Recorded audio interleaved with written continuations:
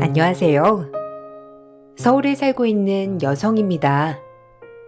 올 한 해를 되돌아보며 많은 것들이 생각나는 밤이라 이렇게 글을 써보려고 해요. 평범한 회사원이었던 저는 남편을 만나 결혼을 했습니다. 남들도 그러하듯 정말 평범한 결혼 생활이었고 시댁과의 사이도 그렇게 나쁘진 않았어요. 하지만 동서라는 새 식구가 들어오고 나서부터 시어머니의 태도는 180도 돌변하셨어요. 그전엔 시댁 자리도 나쁘지 않다고 생각했는데 어머님의 속물근성을 동서가 들어오고 난 뒤 정확히 알게 되었거든요. 며느리끼리 이렇게 차이 날 줄 알았으면 첫째 며느리도 좀 있는 집 자식에 직업도 전문직 여성으로 맞이할 걸. 우리 아들에 비해 네가 너무 딸리잖니. 평범해도 정도가 있지. 솔직히 네 동서 봐라. 얼마나 머리도 좋고 능력 있는 여자니? 어머, 어머니도. 제가 그러면 형님한테 죄송해지잖아요. 형님, 어머님 말 고깝게 듣지 마세요. 이게 현실이니까. 사실 요즘 세상에 많이 배우고 많이 알아야 무시당하지 않는 세상이잖아요. 전 그걸 미리부터 알아서 이렇게 된 거고요. 역시 네가 성경지명이 있구나. 나도 어디 가서 며느리 자랑할 생각에 너무 신나는 거 있지? 우리 둘째 덕이야 이게. 어머님이 그러시니 제가 뭐라 드릴 말씀은 없다만 저 역시 그럼 더 좋은 집에 시집 갈 걸이라는 말이 합리화가 되는 건가요? 네 주제에 우리 집도 감지덕지지. 더 좋은 집이라니? 우리 집이 뭐 네 성에 안착이라도 한다는 거니? 말이 그렇다는 거죠. 어머님도 갑자기 저 성에 안 차시니까 그렇게 따지면 저 역시도 마찬가지다. 이 말씀을 한 거예요. 어머 형님, 자격지심 있으세요? 어머님이 지나가는 말로 한 얘기를 꼭 그렇게 받아치면 싸움하자는 거잖아요. 역시 둘째가 생각이 깊다. 쟤한테 무서워서 무슨 말이나 하겠냐? 너도 한 귀로 듣고 한 귀로 흘려. 갑작스럽게 저에게 척을 지는 어머님을 보아하니 어이가 없었어요. 동서는 연세대학교를 나온 수재에 지금은 대학원을 들어가서 석사 학위를 진행 중에 있는 여성이었어요. 교수님들 눈에 들어서 석사를 한 뒤 박사까지 밟을 거라며 어머님께 예쁨을 독차지하게 되었죠.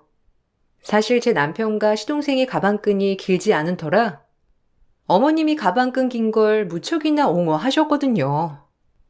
어머님 생각엔 가방끈이 길어 나중에 본인 아들뿐만 아니라 본인까지 며느리 덕을 볼 거라며 생각하시는 분이었어요. 내가 우리 애들도 못 보내본 대학원을 며느리가 다닌다고 하니까 얼마나 좋은지. 게다가 학교도 좀 좋냐? 넌 뭐라도 할래야. 그리고 이미 교수들 사이에서도 예쁨 받고 있다며. 박사까지 하고 뭐 연구원인가 뭔가 한다지?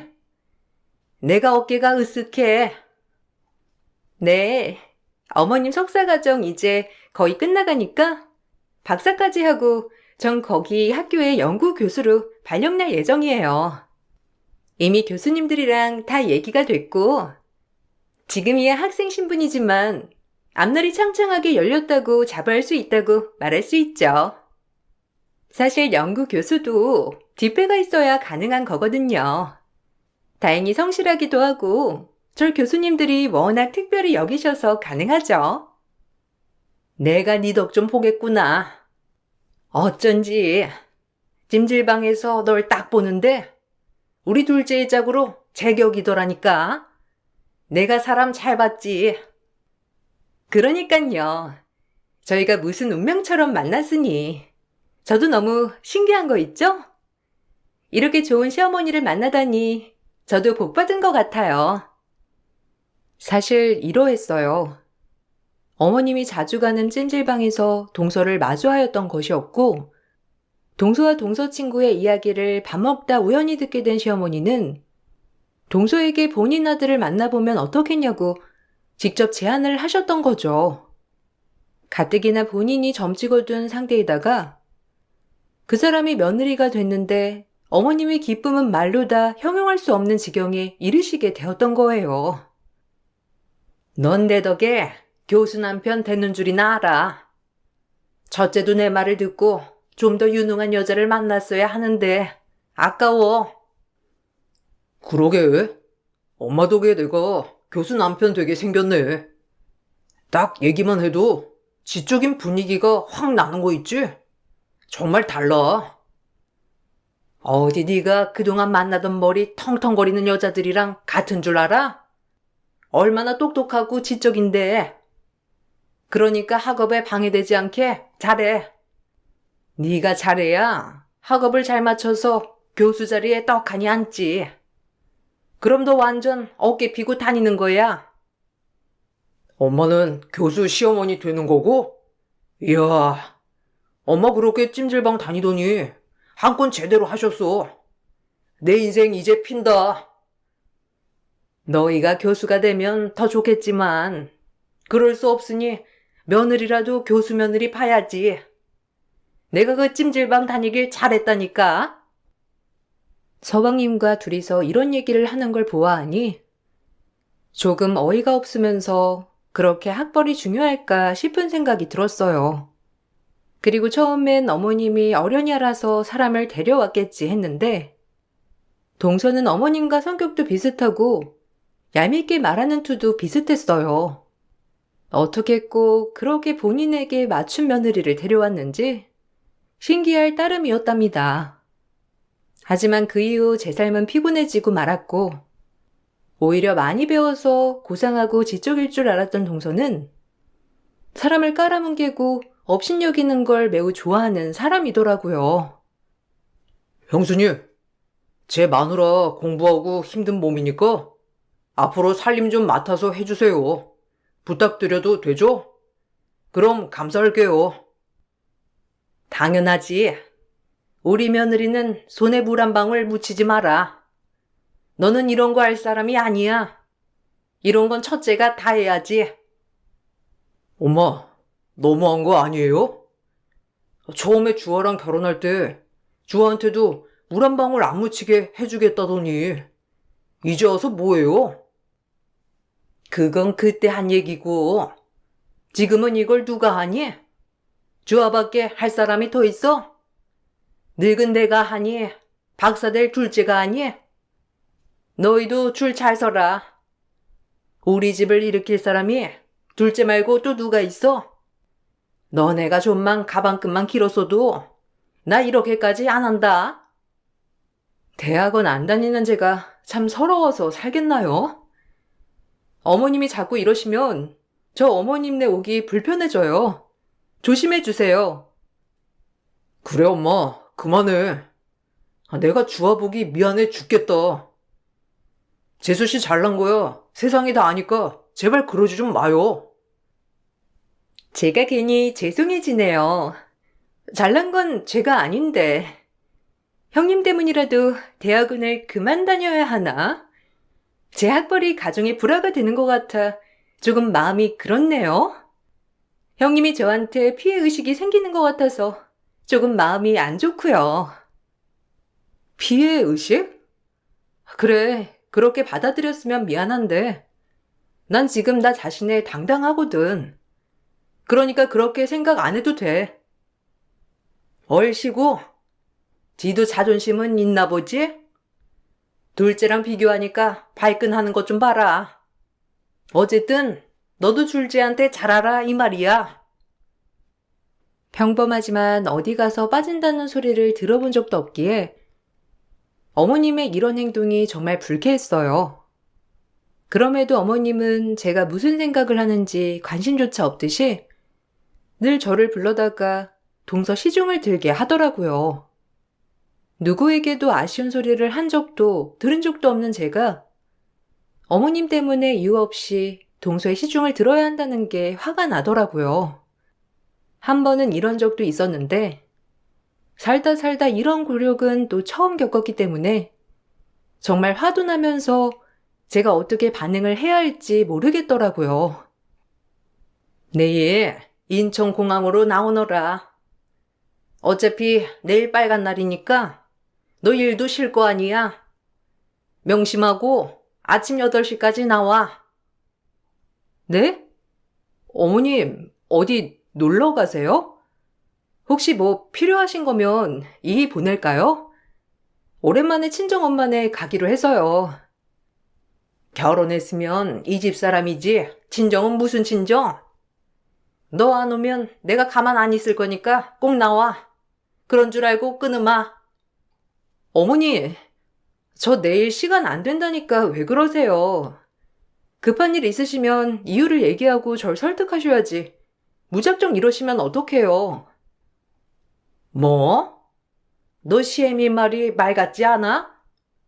내일 인천공항으로 안 나오면 너 아주 요절을 낼 거니까 그리 알고 당장 나와. 대뜸 빨간 날이니 공항으로 나오라는 어머님이었고 친구분들이랑 놀러 가는데 혹시라도 뭐가 필요해서 부르시나 싶었어요. 그래도 갑자기 제 의사를 물어보지도 않는 것에 대해 불쾌하긴 했지만 어머님의 말씀이니 가서 보자라는 식으로 나가게 되었죠. 하지만 그곳엔 여행 가방을 바리바리 싼 동서와 어머님이 있었습니다. 순간 당황해서 이게 뭐지? 싶은 마음이 들더라고요. 저보고 짐을 챙겨오라고 하지 않았으니 셋이 여행 가는 건 아닐 거고 동서의 짐만 있는 것을 보고 의아해하는 마음이었어요. 어머, 형님, 오셨네요?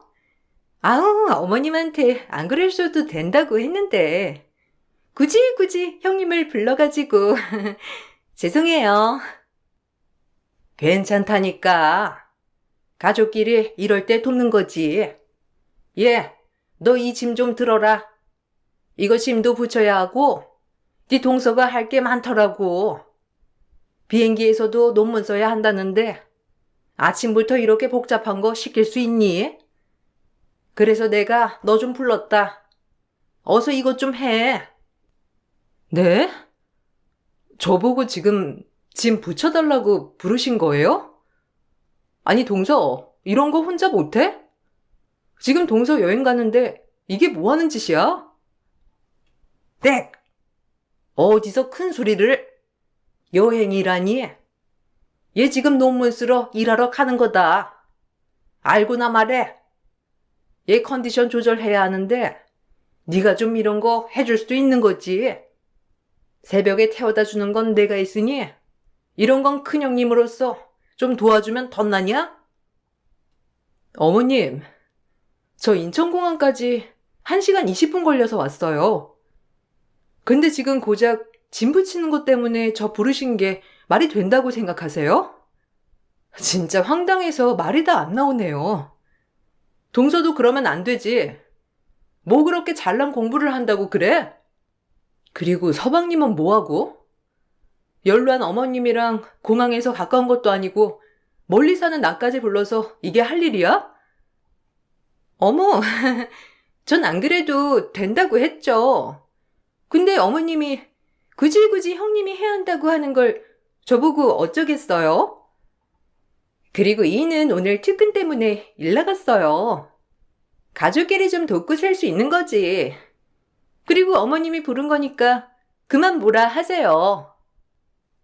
얘가 어쩜 저렇게 지밖에 모르는지. 가족끼리 돕고 살면 좀 좋아? 너 그렇게 마음 쓰지 말아라. 벌 받아.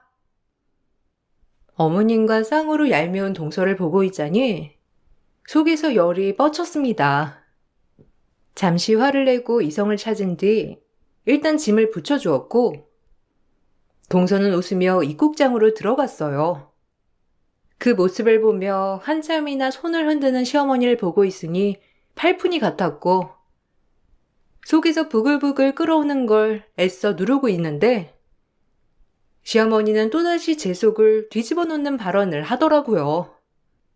저한테 고맙다고 해야 하거나 미안하다고 해야 할 판에 오히려 제 심보를 가지고 이러쿵저러쿵 말을 하시며 조롱하였어요. 너 마음 뽀얗겠어. 너네 동서가 억대 연봉 벌어올 건데 뭘 믿고 그러냐? 지금부터 줄 잘 쓰고 잘하란 말이야. 동서가 억대 연봉이든 천대 연봉이든 저랑은 상관없는 일 아닌가요? 저 제 벌이에 굉장히 만족하고 지금 삶이 정말 행복하다고 느끼고 있거든요. 그러니까 어머님 비교하면서 제발 저한테 뭐라고 하지 좀 마세요. 동서 같은 사람이 있는 반면에 평범한 저 같은 사람도 있는 거죠. 어머님이 이러시면 저랑 동서 사이만 더 서먹해지고 이상해질 뿐이에요.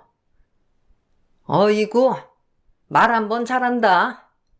능력 없는 거 억지로 포장하면서 정신승리하지 마라.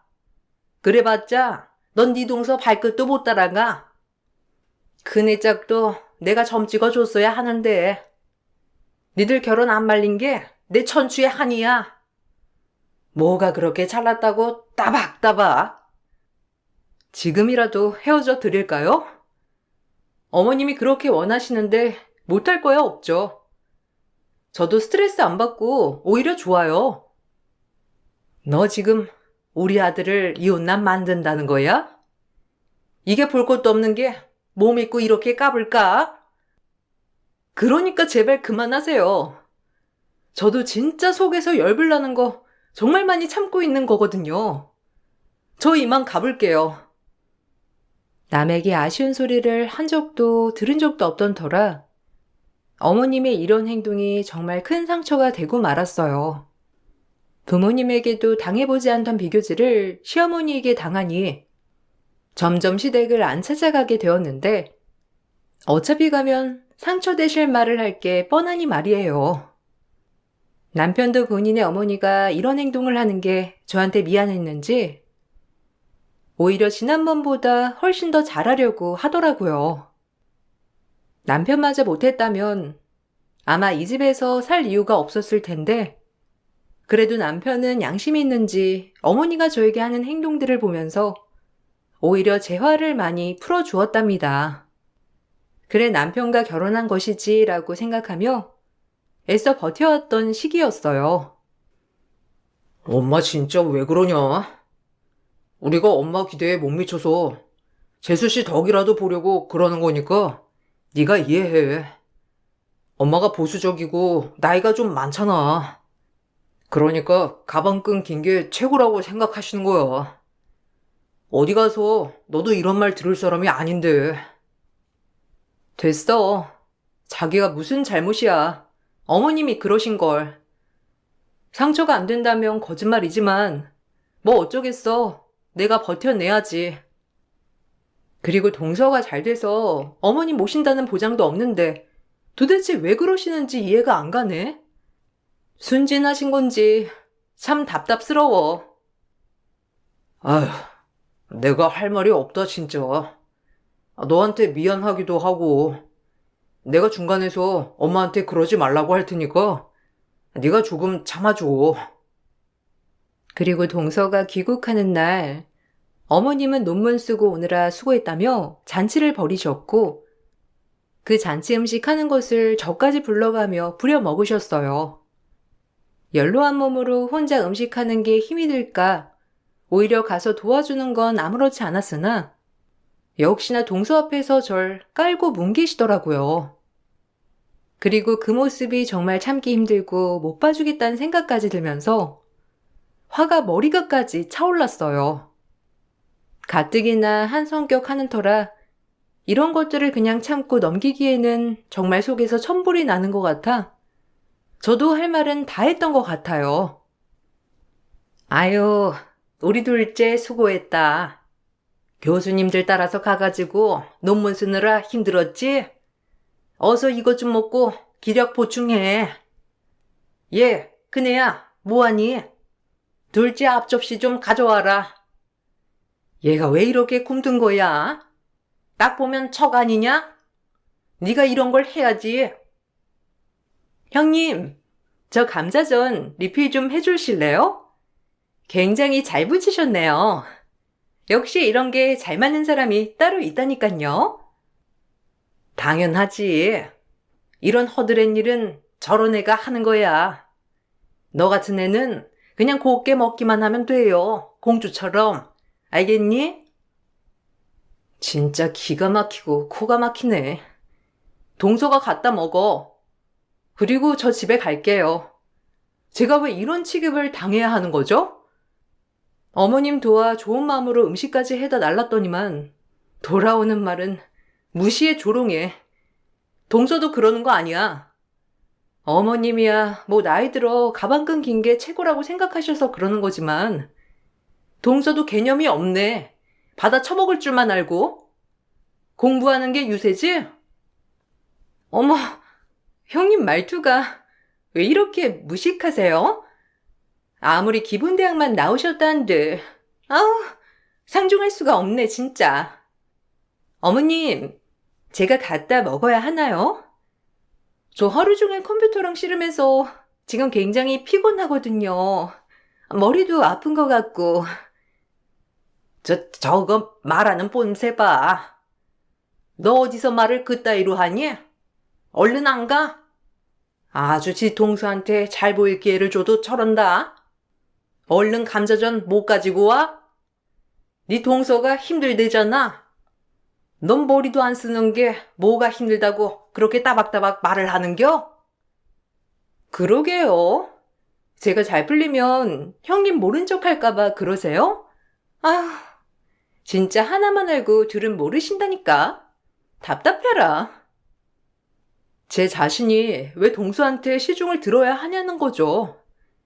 진짜 동서랑 어머님을 알다가도 모르겠네요. 도대체 왜 그러시는지. 어이가 없어서 그 집을 빠져나왔고 다신 저 두 사람과 상종하지 않겠다고 다짐했어요. 그렇게 마음을 먹고 친구들을 만나 스트레스를 풀고 마음을 달랬습니다. 행복 회로를 돌리면서 친구들도 만나고 하니 그간 쌓였던 스트레스도 풀리더라고요. 사실 여자들끼리 만나면 이런저런 얘기를 하는 거야 당연한 얘기잖아요. 저 역시 그동안 있었던 이야기들을 나누게 되었어요. 진짜 너희 시어머니도 대단하다. 아니, 네 동서 어디 대학원이라고? 그럼 걔 잘 알겠네. 한번 물어나 봐야겠다. 아, 됐어. 물어보면 뭐해? 거기서 어떻게 생활하는지 알고 싶지도 않아. 뻔히 가서는 착실하게 공부만 하겠지. 나 같으면 진짜 너네 시어머니랑 대판할 것 같아. 요즘 시대에 무슨 아무리 학력이 좋아도 부귀영화 누리기가 쉽니? 그런데 뭔 부귀영화를 누리겠다고 너한테 그러시는 거야? 참 말도 안 나와. 네가 모자란 게 뭐가 있다고. 너도 성격 좋다 얘. 성격 좋긴? 나도 할 말은 다 하지. 그런데도 불구하고 진짜 못당해 낸다니까? 매번 같은 말 반복하는 것도 입 아프고 힘들어. 친구들을 만나 이런저런 이야기를 하면서 그나마 좀 속 얘기를 하니 마음이 많이 풀렸고 또다시 긍정의 힘을 돌리며 기분 좋게 살아가려고 했습니다. 시댁 식구만 아니면 저와 남편 사이에도 아무런 문제가 없었기에 행복한 삶이었어요. 이런저런 일이 많아 시댁과 되도록이면 마주하고 싶지 않았지만 하필이면 피할 수 없는 어버이날이 다가오고 있더라고요.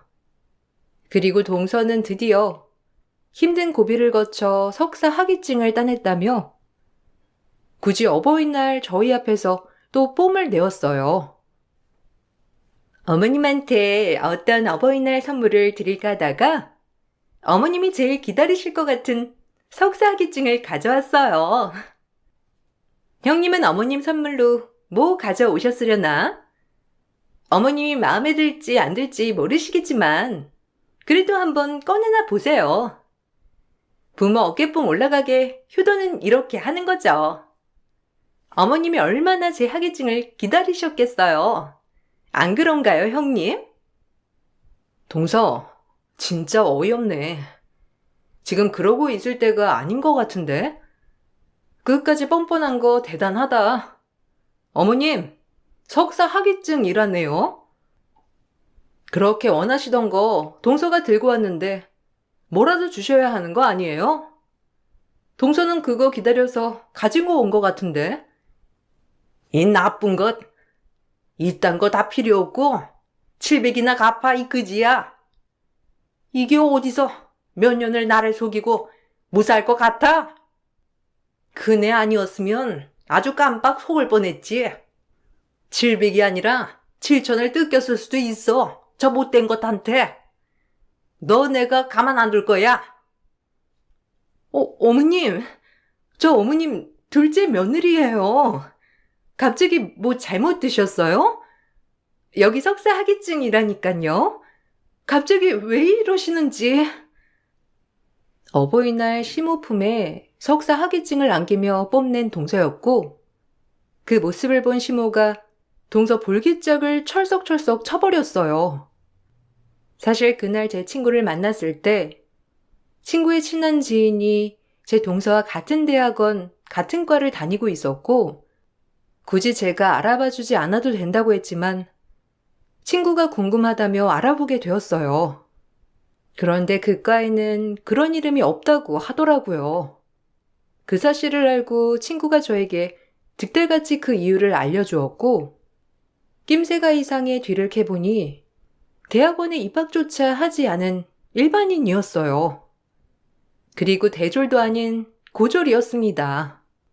매일같이 찜질방에 기금속을 치렁치렁 걸치고 오는 어머님과 어머님 친구들이 하는 얘기를 염탐하였고 일반적이지 않고 조금 사는 집 같으니 작정을 하고 모든 걸 속이기로 했던 거예요. 그리고 예의주시했다가 일부러 어머님의 눈에 든 것이었고 그로 인해 저희 집안에 들어올 수 있게 되었답니다.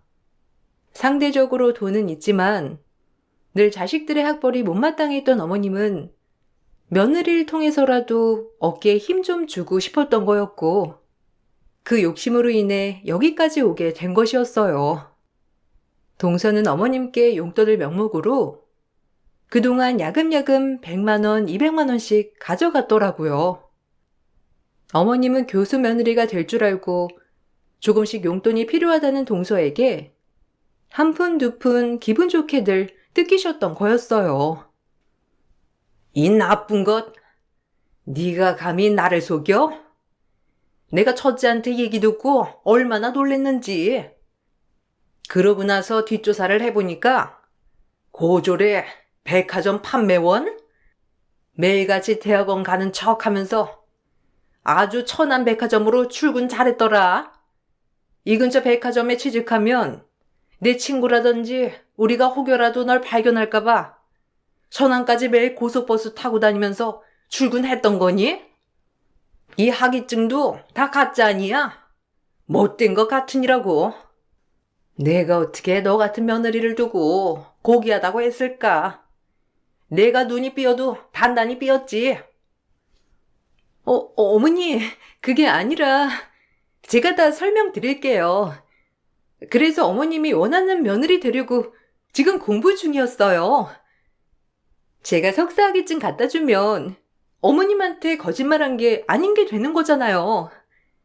그러니까 어머님, 노여움 푸세요. 저밖에 없다고 하실 땐 언제고 이렇게 막말을 하시는 거예요? 그깟 학위증이야 받아주면 그만인 것을. 참 너무하시네요. 완전히 콜라보 장난 아닌데요?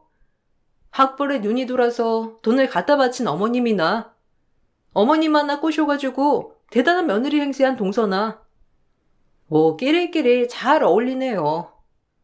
이 조합 계속 보고 싶은데 어쩌죠? 사람 그렇게 개무시하더니. 입만 열면 뻥치는 며느리 데리고 어디 한번 잘 살아보세요. 어머님의 수준이랑 딱 잘 어울리는 그런 며느리니깐요. 아니 여보, 이게 어떻게 된 거야? 거짓말 이러니? 엄마, 사실대로 말해봐요. 엄마가 소개해준 거잖아. 이런 것도 안 알아보고 날 소개해준 거야? 아, 내 친구들도 이제 곧 교수 와이프 두냐고 난리인데 그럼 다 뻥이었다는 거야? 여보, 내 말 좀 들어봐. 그래서 지금 공부하고 있잖아. 당신 교수 남편 만들어주려고 지금 나 진짜 열심히 공부하고 있어. 대학부터 들어가야 할 것 같은데. 어떻게 공부를 한다는 거니? 잔머리나 굴릴 줄 알지. 그 머리로 뭘 한다고. 이 꼴을 보고 나니 오히려 어머님에게 잘 되었다는 생각이 들면서 모든 본인의 길을 세워주는 며느리만 가족 취급하는 어머님께 정이 떨어졌습니다. 전 남편에게 얘기를 하여 시댁과 손절에 이르렀고 동서를 학위 조작으로 고소하였습니다. 어차피 이제 안 볼 사람인데 그동안 동서 어머님께 당한 것만 생각하면 열이 뻗쳐서 못 참을 것 같았거든요. 정확히 학위를 조작한 사실이 분명하였고 조작된 학위증까지 증거가 있음에 동서는 학위 위조와 함께 공사문서 위조죄로 처벌을 받게 되었어요. 학력 위조로는 경미한 처벌이었고 대신 공사문서 위조를 했기 때문에 2년 이하의 징역을 받게 되었습니다. 뿐만 아니라 시어머니도 동서를 사기죄로 고소하면서 동서는 이도 가도 못하는 신세가 되어버렸고 그제야 싹싹 빌더라고요. 제가 대학원 들어간다니깐요. 일단 대학교부터 가야 대학원을 갈 거 아니에요. 저 지금 수능 준비하고 있으니까 좀만 기다려 달라고요. 그런 거짓말이 아닌데 왜 이렇게 성격이 급해서 절 못 잡아먹어서 안달이세요? 전 진짜 박사 땁니다. 그러니까 빨리 둘 다 고소 취하해주세요. 제가 진짜 박사 교수 되면 어떡하려고 저를 이렇게 하대해요? 부탁드려요. 정신이 아주 병들었어. 그 나이에 대학교 나와서 대학원까지 언제 갈래? 60에 갈래? 인생 똑바로 살아. 취직해서 인생 필 생각 말고 본인을 더 가꾸고 당당하게 살아가란 말이야. 진짜 너 같은 애한테 그 꼴을 당한 거 진짜 두고두고 못 참아. 맘 같아선 네 인생을 다 아작내고 싶은데 그럼 똑같은 인간이 되니까 법으로 해결하는 줄 알아. 넌 그리고 이혼이야. 감히 날 속이다니. 엄마만 아니었어도 너 같은 애랑 결혼하는 게 아니었는데 내 인생 돌려내. 아이고, 우리 둘째 인생 어쩌냐. 저거한테 속아서 괜한 이혼남만 되고. 아유, 내가 미쳤지. 제대로 알아보지도 않고. 집할 직군이죠. 어머님 본인이 위신 쓰려고 아들 이용해서 이렇게 된 거 아니에요? 꼴 좋네요. 아주 그 욕심 끝장나요. 시동생도 화가 났는지 이혼 소송을 걸게 되었고 동서는 공사문서 위조죄와 더불어 이혼과 함께 시동생에게 위자료를 주어야 했습니다. 시어머니 저 시동생 모두가 고소하니 동서는 모든 걸 자포자기하는 얼굴이더라고요. 완전 피해자인 서방님이 불쌍했지만 혼인기간이 길었음에 혼인 무효 소송은 기각되었고 이혼 소송으로 들어가야 했어요. 그러면서 빚더미에 오르게 되었고 일이 이렇게 되니 저에게 알랑알랑거리는 시어머니였는데 완전 더 열받더라고요. 내가 이럴 줄 알았다니까. 사실 내 마음이 너무 안 좋았지 뭐니. 네가 나한테 좀 잘했니? 근데 그게 고깝게 나를 홀려가지고 내가 뭐에 횟가닥 했나 보다. 그러니까 네가 마음 풀고 우리 다시 예전처럼 잘 지내보자. 알겠지? 나 용서할 거지? 용서 같은 소리요. 이제 어머님 다신 보고 싶지 않아요. 절 성에 차지 않아 있으니 서방님 두 번째 며느리를 어머님 마음에 쏙 드는 처자로 골라다가 앉히세요. 그리고 천년만년 그렇게 살면 되겠네요. 전 이제 어머님 며느리 안 하렵니다. 저 역시 저한테 이것저것 해주면서 엄마처럼 다정다감한 시어머니가 좋지. 어머님처럼 며느리 알기를 본인 이신 세워줄 사람으로만 생각하는 시어머니와는 엮이고 싶지 않네요. 그럼 건강하시고 잘 지내세요. 여보, 우리 이제 가자. 그러니까 주아한테 좀 잘하지 그랬어. 난 힘 없으니까 엄마가 주아 설득하든지 알아서 해. 주아가 엄마 안 본다면 내가 엄마를 어떻게 봐? 나까지 이혼남 만들려? 연락하지 마세요. 주아와 풀리기 전까지 저도 안 갈 테니까. 다행히 남편은 저의 편에 서주었습니다. 그동안 동서와 어머님의 논간에 제가 그동안 당한 걸 옆에서 봤던지라 저의 결단이 너무하다고 생각하지 않다고 했어요. 덕분에 시어머니는 더욱더 충격을 먹게 되었고 그걸 보고 있으니 고소했습니다. 본인이 뿌린 씨앗, 본인이 거두는 거라고 생각하니 저 역시도 앞으로 인생을 살 때 똑바로 살아야겠다고 생각했어요. 아니 너까지. 주아야, 내가 잘못했다니까 자꾸 이럴래? 가족끼리 이러는 거 아니니까 화 좀 풀고 내 얘기 좀 들어. 가족은 누가 가족이에요? 어머님이랑 저랑 가족이었나요? 이제야 한 사실이네요. 어머님이 이렇게 질척거리면 어머님 큰아들마저 이혼남 되니까 그리 아세요. 두 아들들 이혼남 만들고 싶으면 계속 이렇게 질척거리시던가요. 들었지? 그러니까 연락 마요. 주아 화 풀리면 내가 알아서 연락할게. 그러니까 그냥 엄마도 좀 반성하고 있어. 예, 너 원래 이렇게 모진애였니?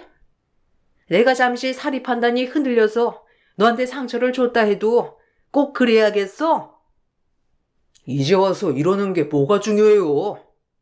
엄마가 잘못한 건 사실이니까 주아 화 풀릴 때까지 기다리세요, 그냥.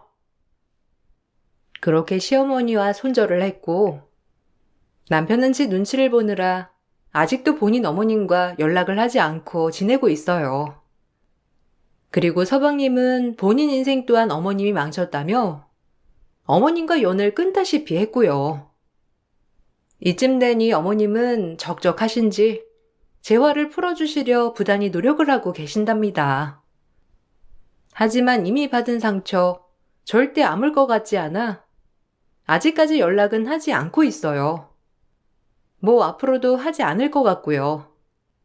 오히려 이런 일을 계기로 시어머니 속마음을 잘 알았으니 오히려 잘 되었다는 생각이 듭니다.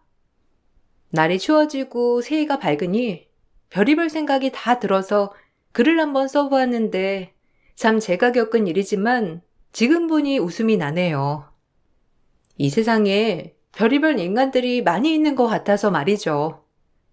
일련의 사건으로 배운 게 있다면 사람을 내 기준으로 판단하지 않아야겠다는 것을 많이 배웠어요.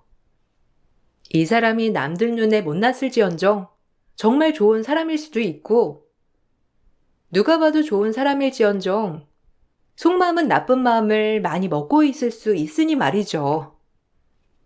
작년 한 해 힘든 일이 많으셨다면 다 털어버리시고 올해엔 더 기쁜 일을 맞이하셨으면 좋겠습니다.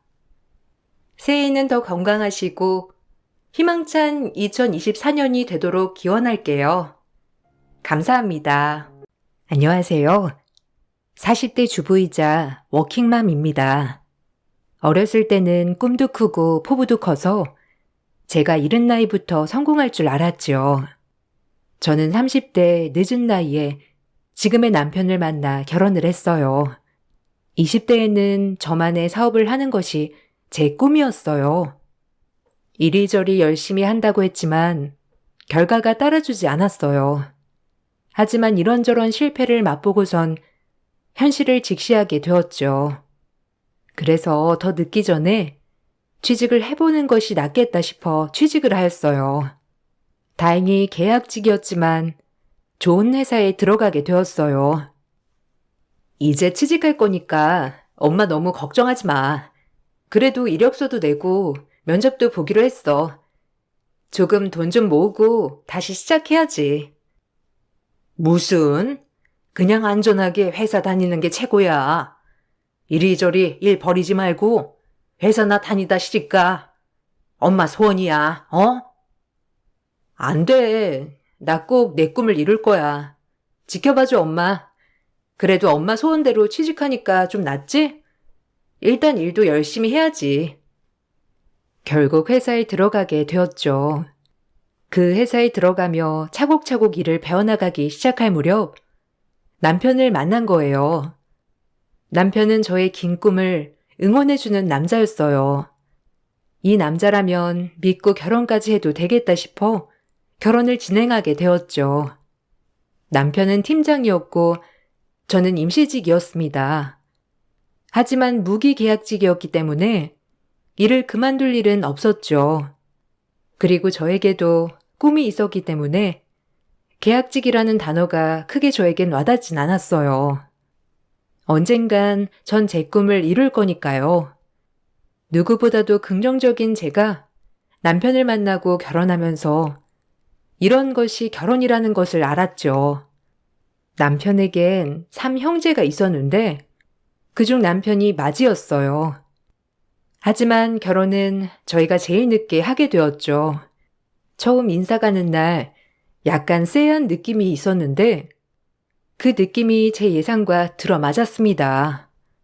동서들은 시집 온 지 꽤 되어서 이 집안의 터줏대감과도 같았죠. 오히려 시부모님보다도 동서들의 입김이 더 센 듯한 느낌이었죠. 조금 놀랐어요. 남편은 착한 재수씨들이라고 했지만 제 눈엔 그렇지 않았죠. 저도 나이가 있었기 때문에 교묘히 저를 건드는 것을 알았어요. 제가 만나고 있는 친구예요. 성격도 좋고 무엇보다 제가 너무 좋아해요. 같은 회사 다니고 있는 친구고요. 아, 아주버님이 만나시는 분이 어떤 분인지 너무 궁금했는데 반가워요. 저는 둘째고요. 이 친구는 셋째예요. 잘 지내봐요. 어머, 의외인걸요? 아주버님 의외의 안목이시네. 은근 외모만이 보시느라 장가 늦게 가신 줄 알았는데 아니었구나? 아유, 어서 와요. 너무 고운네.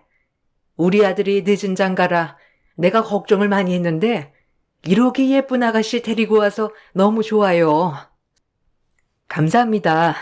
저도 희수 씨한테 말씀 많이 들었어요. 좋게 봐주셔서 너무 감사해요. 제가 더 잘해야죠. 아주버님이 말씀 안 하셨죠? 제 친구가 그렇게 아주버님 쫓아다녔는데 그 친구 거절하고 선택한 게 형님이었구나. 그래서 제가 형님이 너무 궁금했던 거 있죠? 그런데 이렇게 뵙게 돼서 너무 반가워요. 근데 아주버님 진짜 의외다. 다행히 어머님이 좋은 말을 해주셔서 다행이었지만 동서들은 예의가 없다고 느껴졌어요. 억지로 꾹꾹 참느라 혼이 났죠. 제 면전에 대고 둘이서 키득키득 하는데 첫 만남부터 화가 부글부글 끓어올랐어요. 그리고 이 집은 규일이 개판이구나 라고 느꼈고요. 성격 같아선 또박또박 맞대답하는 저지만 첫 만남이라 그날은 얼마나 참았는지 몰라요. 하지만 시작에 불과했죠. 그 후 동서들은 결혼식을 하는 순간에도 저에게 면박을 주었죠. 그날은 저도 참지 못하고 맞받아치게 되었어요. 왜냐면 결혼식이었거든요. 어머, 형님이 고르신 드레스, 이거 어깨가 너무 넓어 보이는 거 아니에요? 아니, 좀만 어깨 가리는 걸로 하시지. 원래 이렇게 어깨 드러내는 드레스는 어깨 좁은 사람들이나 어울리는 건데. 형님 같은 덩치에는 좀 안 어울려요. 안 그래, 동서? 어머, 그러게요. 여기 둘째 형님이 패션 전공이시잖아요. 좀 물어보시지. 어쨌든 뭐 고른 거니까 어쩔 수 없죠.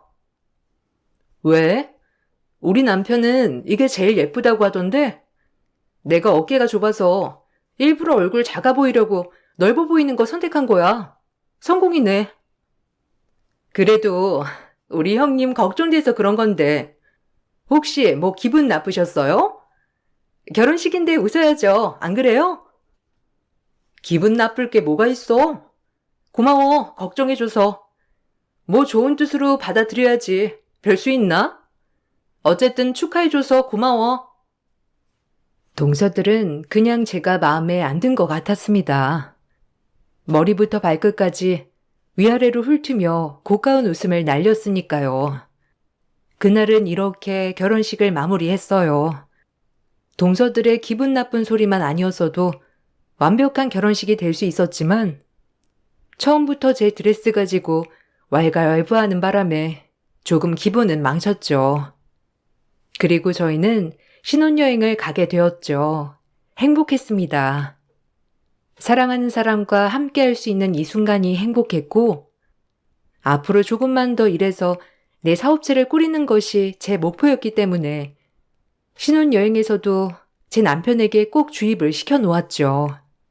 남편도 저의 꿈을 응원해주는 멋진 남편이었어요.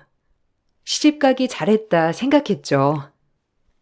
난 회사 딱 3년 봐. 회사 3년 다니고 이제 내가 했던 장사 다시 시작할 거야. 자기도 응원해 줄 거지? 이제 나 혼자 결정할 수 없으니. 당연하지. 결혼 전에도 알았잖아. 당연히 너 응원해. 그리고 잘 될 거고. 내가 옆에서 힘이 되어줄게. 어려운 거 있으면 부탁해. 그래도 옆에서 이렇게 응원만 해줘도 나는 너무 좋아. 자기랑 결혼하고 뭐든 잘 풀릴 것만 같아서 기분 좋네. 아, 맞다. 근데 둘째 동서 친구가 자기를 그렇게 쫓아다녔다며? 왜 말 안 했어, 어? 그때 그냥 흘려들었었는데 궁금하네? 아, 내 스타일 아니었어. 그리고 이미 그땐 너한테 마음이 있기도 했고. 그러니까 그런 건 신경 쓰지 마. 알겠지? 은근 동서는 그 친구가 자기자기도 했으면 바라는 것 같던데? 하여튼 뭔가 기분 나빠 동서들. 내가 마음에 안 드나? 당신이 마음에 안 들 게 뭐가 있어. 그냥 신경 쓰지 마. 그리고 내가 네가 좋은데 뭐 그럼 된 거 아니야? 하여튼 나랑 결혼해줘서 고마워. 다행히 남편은 그 동서 친구와는 아무 사이도 아니라고 하였고 자기와 결혼해줘서 고맙다고 저를 감동시켰죠. 정말 이 남자라면 쭉 믿고 살아도 되겠다 싶을 만큼 좋은 감정이 있었어요. 그래서 동서 친구 문제는 별다른 이슈 없이 넘어갔습니다. 신혼여행에서 저희 계획과 저와 남편의 야무진 계획을 세우고 집으로 돌아오는 길, 동서들의 얼굴을 봐야 해서 착잡했지만 내가 오래 겪은 게 아니니 그저 아닐 거야 라고 생각하며 시댁으로 향했어요. 역시나 시부모님과 남편, 형제들이 절 맞이해 주었죠. 어머, 형님, 얼굴이 더 좋아지셨네요. 잘 다녀오셨어요? 아주버님도 얼굴이 피셨네요. 보기 좋으셔라. 고마워. 아, 동서들 선물 사왔는데. 신중히 고른 건데 동서들 마음에 들지 모르겠다. 얼른 열어봐. 그래도 기분 좋아했으면 좋겠다. 동서들의 선물을 주니 동서들은 아주 입꼬리가 찢어질 듯 웃어댔어요. 그래도 좋아하는 모습을 보고 기뻤지만 금세 동서들은 선물을 열어보더니 입술을 삐쭉삐쭉 내밀기 시작했습니다. 사온 사람 성의도 신경 안 쓰고 말하는 모습을 보니 진짜 동서들은 인성이 글렀다고 생각했죠. 오죽했으면 어머님이 옆에서 뭐라고 하시니까 드디어 말을 멈추었죠. 저조차도 마음이 안 좋았어요. 어머, 선물. 아, 향수네요? 저 이 향 별로 안 좋아하는데. 어머, 다른 동서 거랑 똑같은 거네? 아휴, 우리 형님, 센스는 좀 떨어지네요? 어머, 그러게. 우리 둘째 형님 여행 갔을 때는 스카프에 얼마나 멋진 거 사다 줬는데, 겨우 향수? 우리 형님, 돈 너무 아낀다. 어? 아, 난 생각해서 사온 건데, 이게 겨우 향수가 될 줄은 몰랐네. 동서들 취향 알았으니, 다음번엔 스카프 같은 걸로 알아볼게. 아니에요. 뭐 맘에 우러나야지.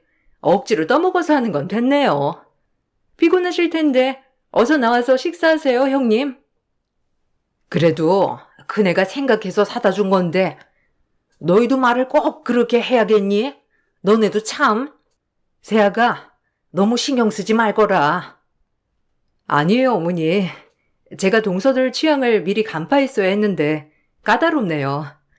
어머님 건 이거예요. 니트 어떠세요? 어머, 너무 예쁘구나. 그네가 안목이 있어. 이렇게 선물 고르는 게 센스가 있어. 고맙다. 잘 입을게. 아유, 색도 고와라. 에이, 그렇게 센스 있는 것 같진 않은데. 그래도 어머님이 좋아한다고 하니 다행이네요. 안 그래요, 형님? 어머님이라도 마음에 들어해서 그나마 하나는 건졌다. 이 느낌이랄까요? 아, 회사는 언제부터 출근이에요? 계약직 휴가도 주고 너무 좋다. 요샌 다 주지, 연차도. 아니, 그리고 말끝마다 계약직 소리 좀 그만해, 동서. 요즘 세상에 그냥 먹고 살고 남에게 떳떳하면 됐지. 뭘 그렇게 자꾸 계약직 거려. 좀 거슬리네. 말 조심 좀 해줄래? 작은 동서도 마찬가지고. 이 정도는 말해도 되잖아? 약간 대화에 날이 서 있는 느낌인지 단번에 알아차렸죠. 하지만 지기만 하는 성격도 아니기도 하고 저 역시도 제가 하는 일에 떳떳했기 때문에 동서들에게 똑같이 대해야겠다고 생각했어요. 이렇게 똑같이 하는 거 자체가 유치한 걸 알면서 말이죠. 저도 가만히 있을 순 없는지라 동서 속을 긁어놓기로 마음을 먹었죠. 사람 긁는 일도 보통이 아니더라고요. 참 대단한 동서들이라 생각했어요. 아, 그리고 어머님이 동서는 패션 전공이라고 그러던데 딱 보니까 내 눈엔 보기에는 동서는 패션 전공한 사람 치고는 그렇게 막 화려하지는 않은 것 같네. 하긴 사람마다 다르니까. 어쨌든 우리 잘 지내보자고. 이제 한 가족인데 알겠지? 어머, 형님이 우리 둘째 형님 옷 입는 걸 못 봐서 그래요. 아, 어쨌든 뭐 가족이 된 걸 환영해요, 형님. 우리 잘 지내봐요.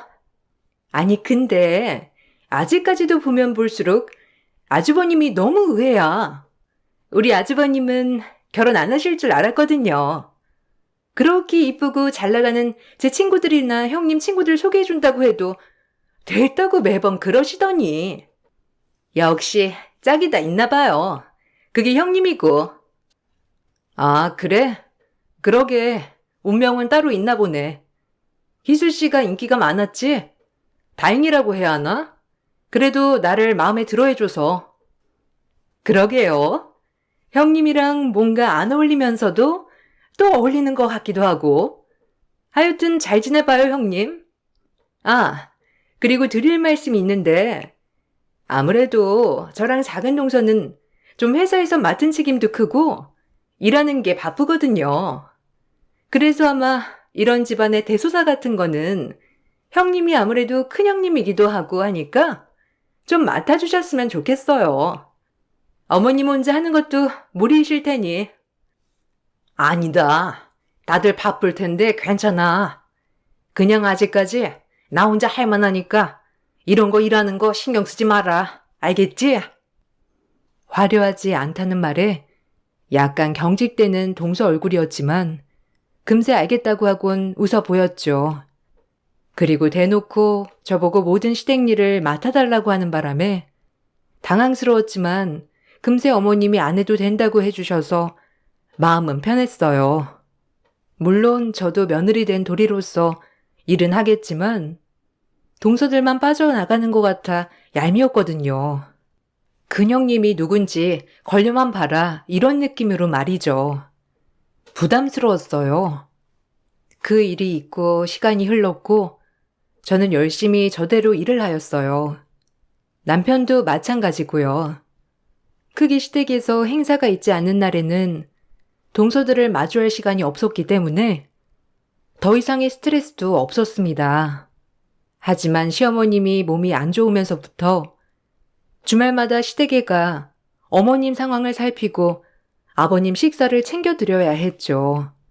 이 일이 본격적인 동서들과의 트러블의 시작이었어요. 이번 주는 내가 시간이 날 것 같으니까 어머님이랑 아버님 챙길게. 동서들은 다음 주랑 다다음 주 맡아줘. 내가 그냥 2번 정도는 할 수 있을 것 같으니까. 어떻게 생각해? 그래도 주말마다 이렇게 찾아뵙고 하는 게 나을 것 같은데. 어머님도 힘들어 하시고. 아니, 형님. 저희는 바쁘다니까요. 가끔 주말에 회사도 가야 하는데 어떻게 주말마다 가냐고요? 형님이 가세요. 그러게 말이에요. 아니, 형님은 계약직이니까 뭐 주말에 안 가겠죠. 하지만 저희는 회사 직책이 있기 때문에 주말 출근이 얼마나 많은 줄 아세요? 아우, 진짜. 이래서 좀 수준이 맞아야 한다니까. 뭘 알겠어요. 정말 당황스럽네요. 말 다 했어?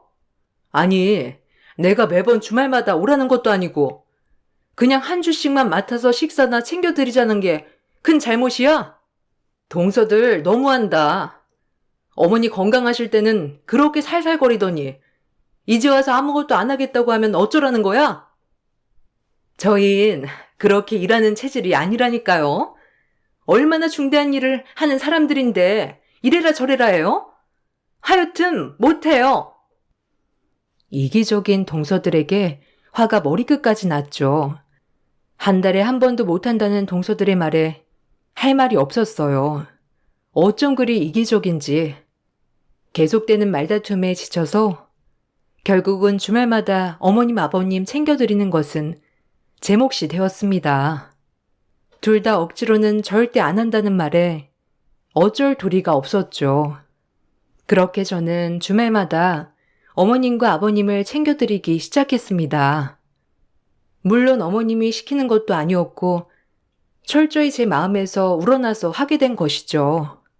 그래도 며느리로서 할 도리는 해야겠기에 말이에요. 어머님은 제가 주말마다 와서 살림을 도와주는 것이 고마웠는지 넌지시 저에게 말씀하셨어요. 그 넌지시 던진 말이 정말 깜짝 놀랄 만한 제안이었죠. 주말마다 네가 고생이 많다. 안 와도 된다니까. 평일에 일하느라 힘들 텐데 주말엔 좀 쉬지 그래. 몸도 안 좋게. 아니에요. 그래도 주말엔 제가 시간이 많이 나니까 제가 와서 좀 도와드려야 저도 마음이 편해요. 뭐 드시고 싶은 거 있으세요? 다른 건 필요 없고 그네한테 너 사업하고 싶어 한다는 얘기 들었는데 그게 어떤 사업이냐? 내가 좀 도와주고 싶은데.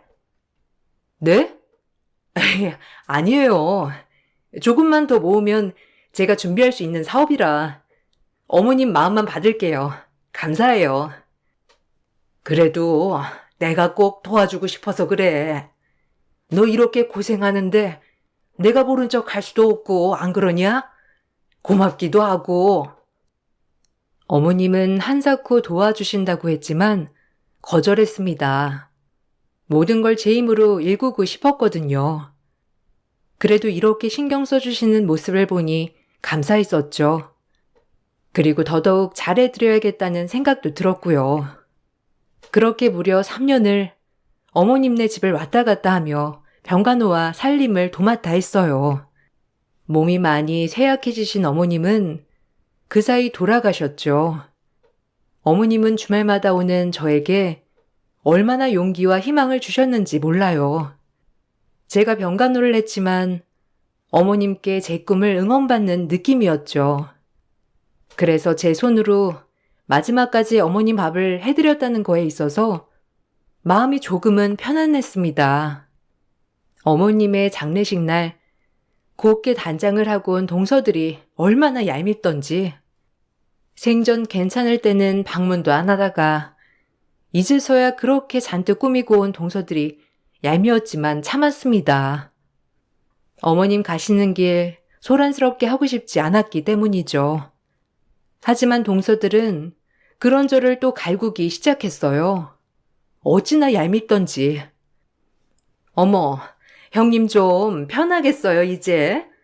주말마다 안 가도 되고, 안 그래요? 뭐 아버님이야. 아줌마 하나 붙여놓고 밥 해드리면 되는 거니까.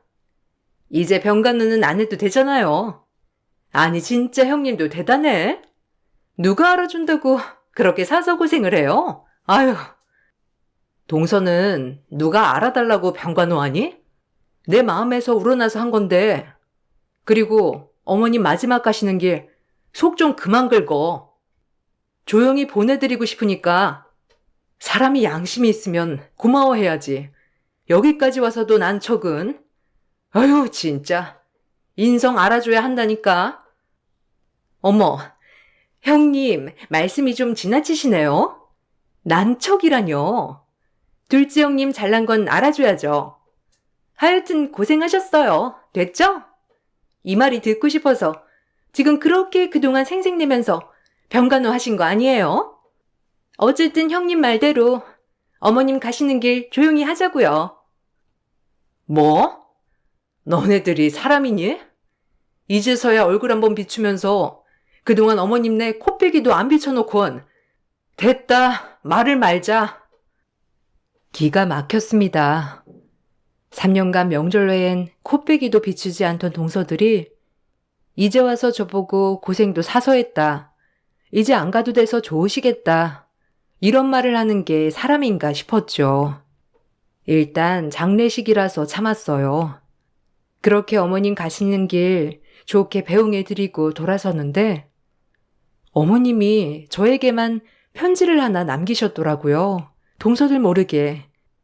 그 내용이 얼마나 슬픈지 펑펑 울었어요. 이런 걸 바라고 한 건 아닌데 그래도 어머님 딴에는 너무 고마웠나 보다고 생각하며 말이죠. 거기엔 제 꿈을 응원하는 메시지와 함께 돈이 필요하면 장롱 앞 통장 하나 두었으니 이걸로 사업 미천에 써라 하면서 주셨죠. 어머님 마음이 여기까지 느껴져서 고마웠어요. 어머님의 용기에 힘입어 저는 사업을 시작했습니다. 하지만 어머님이 남겨준 돈을 쓰지 않았어요. 이왕이면 제 힘으로 하고 싶기도 했고 혹시나 하는 마음에 남편에게만 말하였죠. 그리고 지금 하고 있는 일과 사업을 병행하기 시작했습니다. 엄마가 너한테 남겨준 거야. 그래도 고마움을 표시하는 길이 없으셔서 준 거니? 잘 받아둬. 안 받지 말고. 엄마가 생전에 너 사업하고 싶어 하는 거 많이 도와주고 싶어 했는데 이렇게라도 너한테 고마움을 표시하는 거야. 그러니까 좋게 받아. 내가 이런 걸 받아도 될까? 어머님이 이렇게 생각해 주셨는데 나도 내일 열심히 이제 해나가야겠어. 그래도 돈은 안 건들래. 어머니 마음이라고 생각하고 간직해야지. 내 힘으로 꼭 성공하는 거 보여드리고 싶어. 그렇게 응원해 주셨는데 사실 우리 친정 부모님보다도 응원 많이 해주신 분이야. 잘 될 거라고. 처음부터 예뻐해 주시기도 하셨고 어머님 마음에 보답하는 의미로라도 이악 물고 해내야겠어. 자기도 너무 고마워. 이렇게 옆에서 응원해줘서 나 열심히 잘 해나가 볼게. 전 어머님이 남겨준 믿음의 힘을 얻어 제 일을 해나가기 시작했습니다. 물론 모든 걸 접고 제가 하고 있는 사업에 뛰어드는 것은 힘들었고 평일에 회사를 갔다가 밤에 이렇게 제 사업을 운영하였죠. 일을 그만두고 싶었지만 이제 나이도 있고 저도 일정한 수입이 있어야 했기에 회사의 끈을 놓지 않고 열심히 사업을 운영해 나갔습니다. 그러면서 슬슬 제 사업이 빛을 받기 시작했죠. 드디어 이리저리 제 회사를 찾아주는 거래처들이 늘어났고 점점 회사는 커져가기 시작했어요. 드디어 빛을 발하는구나 라고 생각하며 기분이 좋아지는 하루하루였죠. 회사가 커지고 직원들도 채용했습니다. 그리고 저는 일을 그만두고 제 일에 몰두하기 시작했어요. 4년이란 시간이 지나고 홈쇼핑에 제 제품이 나오는 날 눈물을 얼마나 흘렸는지 몰라요. 그 값진 눈물이요. 저만의 상품을 만들고 이 방송을 어머님이 보셨더라면 얼마나 좋아하셨을까라고 생각하며 말이죠. 그렇게 전 승승장구했습니다. 그러던 중 아버님의 호출이 있었죠. 어머님이 돌아가시고 저희에게 부담이 될까봐 아버님은 저희를 부르시지 않았어요. 하지만 그날은 동서들이 회사에서 승진을 하게 되는 날이라며 저희를 다 불러 축하 파티를 열어주시려고 하셨던 것이죠. 네 동서들이 회사에서 승진을 해서 내가 오랜만에 너희를 초대해서 축하해주고 싶구나. 그네도 와서 축하해줬으면 좋겠다. 네, 그럼요. 아버님, 그럼 제가 일찍 가서 음식 준비하는 거 도와드릴게요. 좀 쉬고 계세요. 이따 오후쯤 바로 들릴게요. 아니야. 천천히 오렴. 아줌마 불렀으니까 음식 준비는 신경 쓰지 말고 너도 와서 축하만 해줘 그냥. 힘들게 무슨 고생을 하려고 하니? 에이 아버님, 그래도 혼자 계시는데 제가 말동무 해드리면 좋죠. 일찍 갈게요. 오랜만에 저도 아버님도 뵙고 싶기도 하고. 전 일을 마치고 시장을 보고 최선을 다해 동서들의 진급 파티를 준비해줬어요. 물론 동서들이 마냥 예쁜 건 아니었지만 좋은 게 좋은 거라고, 그래도 가족이니 미운 것은 버리고 축하할 건 축하하고 싶었거든요. 그리고 그날 제 사업에 대해 오픈할 생각이었고요. 그렇게 우리도 묵은 앙금을 털어내 보자라고 생각한 파티였어요. 아버님이 주최하신 거였지만 그래도 내심 이렇게 동서들이랑 풀 수 있는 시간이 있는 것 같아 기분은 좋았죠. 제가 맞이이기도 하니 동서들이랑 잘 지내고 싶은 마음도 아직 남아 있었고요. 동서들은 아직 제가 이 사업을 시작한지 모르기 때문에 얼마나 놀랄까 생각하며 저도 마음을 졸였습니다. 그래도 이제 시간도 많이 지났고 서로 물어뜯는 건 없지 않을까 해서 좋은 마음으로 요리도 하고 동서들을 맞이했어요. 하지만 그것 또한 제 착각이었죠. 사람은 변하지 않더라고요. 시간이 지나도 동서들은 저를 무시하는 건 똑같았어요. 잘 지내고 싶은 마음이 들다가도 사라졌습니다. 그리고 이제 이것들이랑은 상종하지 말아야겠다고 다짐하는 날이 되었어요. 그날이 너희와는 인연 끝이다 라고 말이죠. 동서들 왔어? 축하해. 진급했다며? 가뜩이나 능력도 넘치는데 더도 진급하니까 너무 잘됐다. 수고했어. 너무 축하해. 네, 형님 와 계셨네요. 감사해요. 무기계약직 형님한테 축하받아도 되나 싶네. 그래도 축하해 주신다니 감사해요. 그러게요. 형님 감사드려요. 저희만 잘 나가서 어떡해요. 괜스레 죄송하네. 아직 잘 다니시고 계시죠? 그래도 무기계약직이면 영원히 잘 낼 일은 없다고 하던데. 뭐 다행이라고 해야 하나? 그래도 직급 달면 책임감만 있고 안 좋아요. 내 걱정은 안 해줘도 돼. 동서들이 걱정 안 해줘도 잘 먹고 잘 살고 있으니까. 아 맞다. 나도 축하받을 일 있는데 축하해 줄래?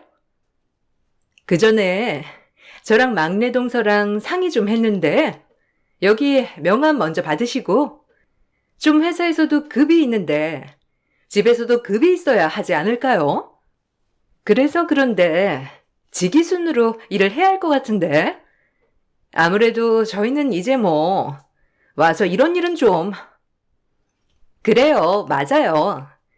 임시직인 무기계약직 형님이 부엌대기 해야죠.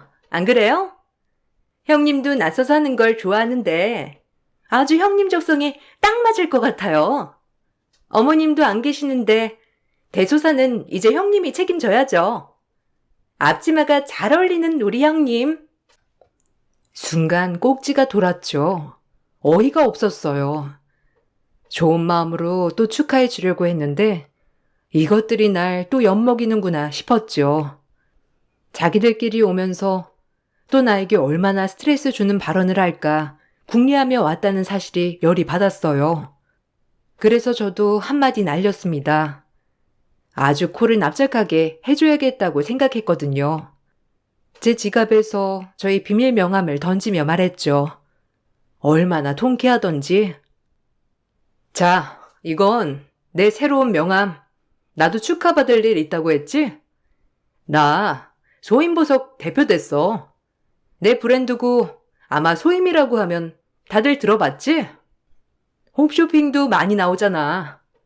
이것들아, 빨리 가서 주방일 안 하냐? 지기대로 일하자며. 사장 위에 아무도 없잖아? 무슨 소리예요? 형님이 소임 대표라뇨? 아니, 우리 거래처 대표라고요? 아니 어떻게... 형님, 아주버님 회사에 무기계약직이잖아요. 아니 그럼 형님이 원래 하던 일이 액세서리 디자인이었어요? 우리 회사 거래처인데 어떻게 형님이 대표일 수가 있어요? 한때는 그랬지.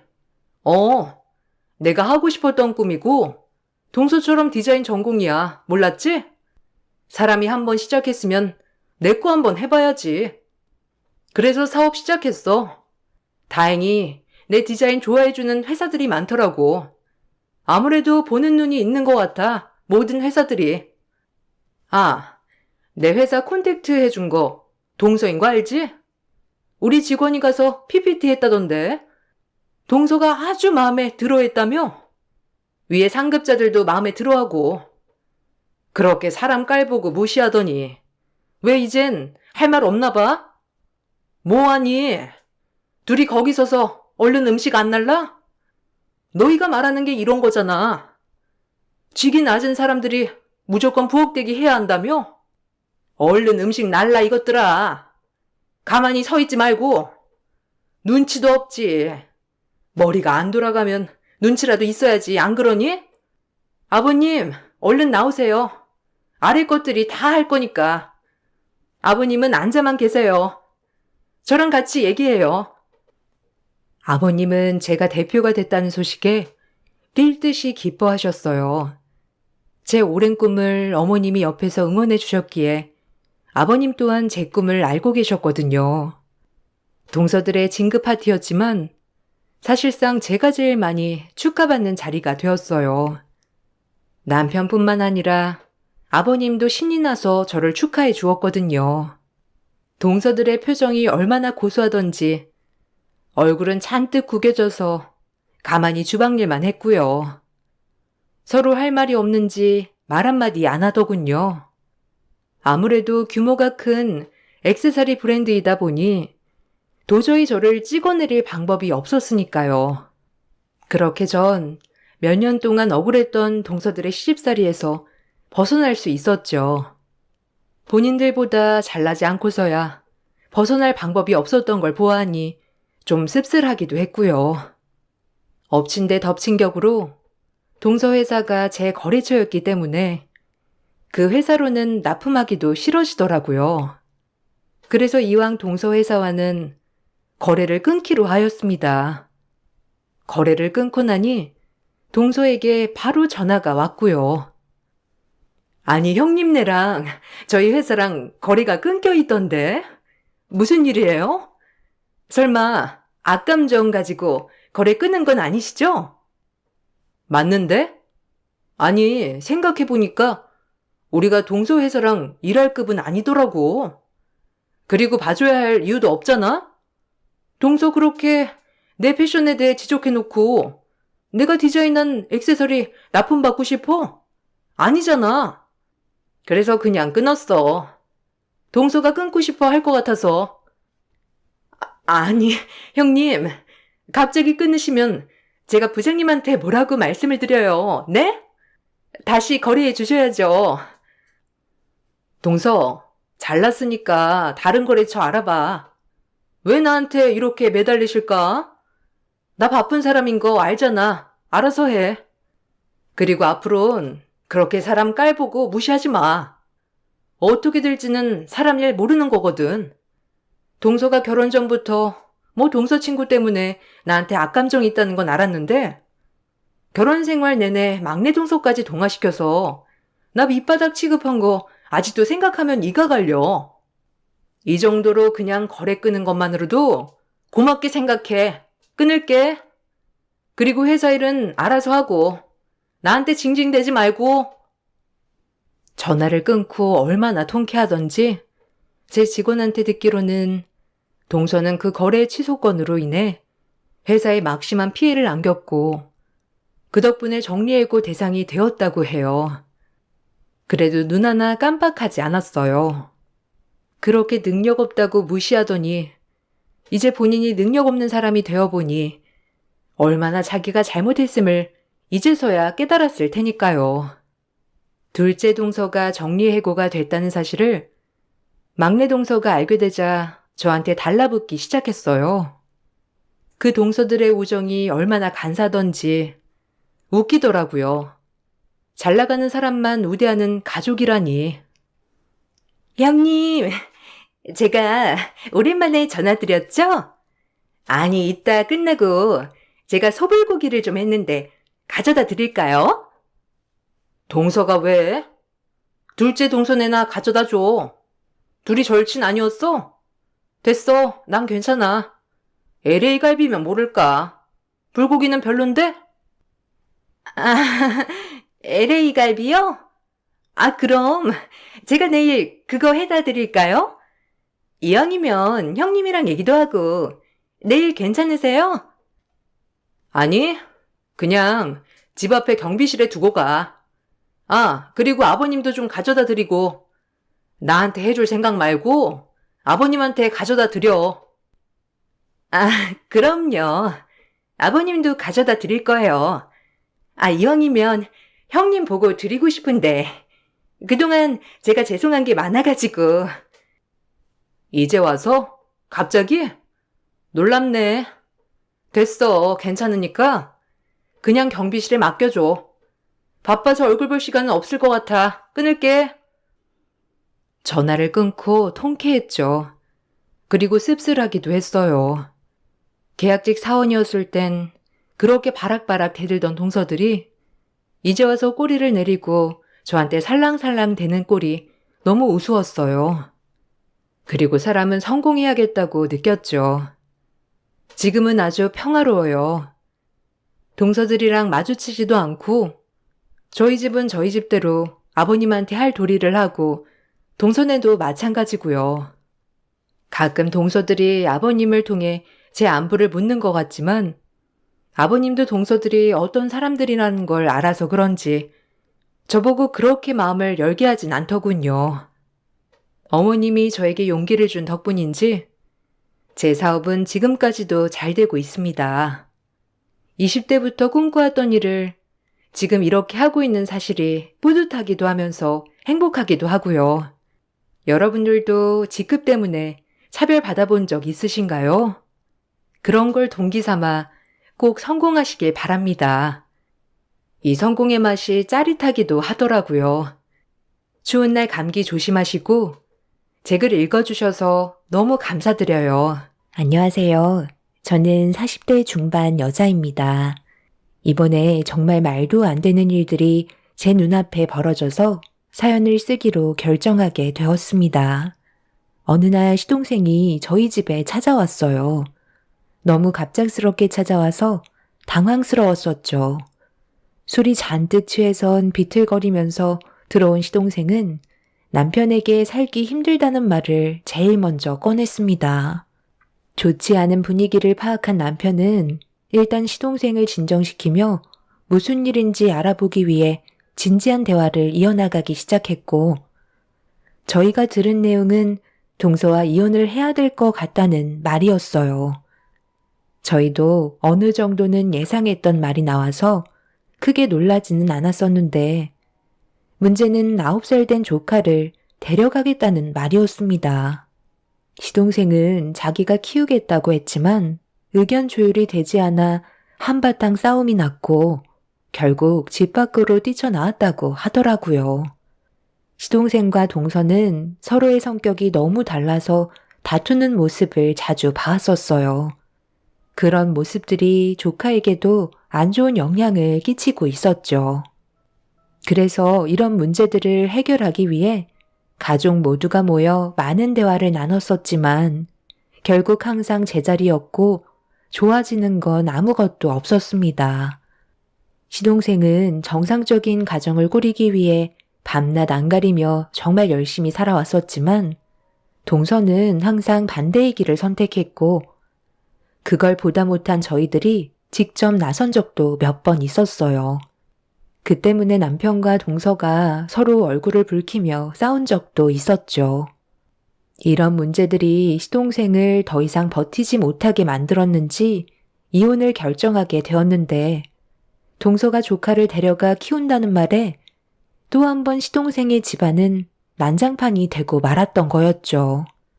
저희는 힘들어하는 시동생의 하소연을 전부 다 들어주었고 남편과 동서는 얼굴을 한번 붉혔었기 때문에 제가 따로 만나 대화를 좀 해봐야 할 것 같았어요.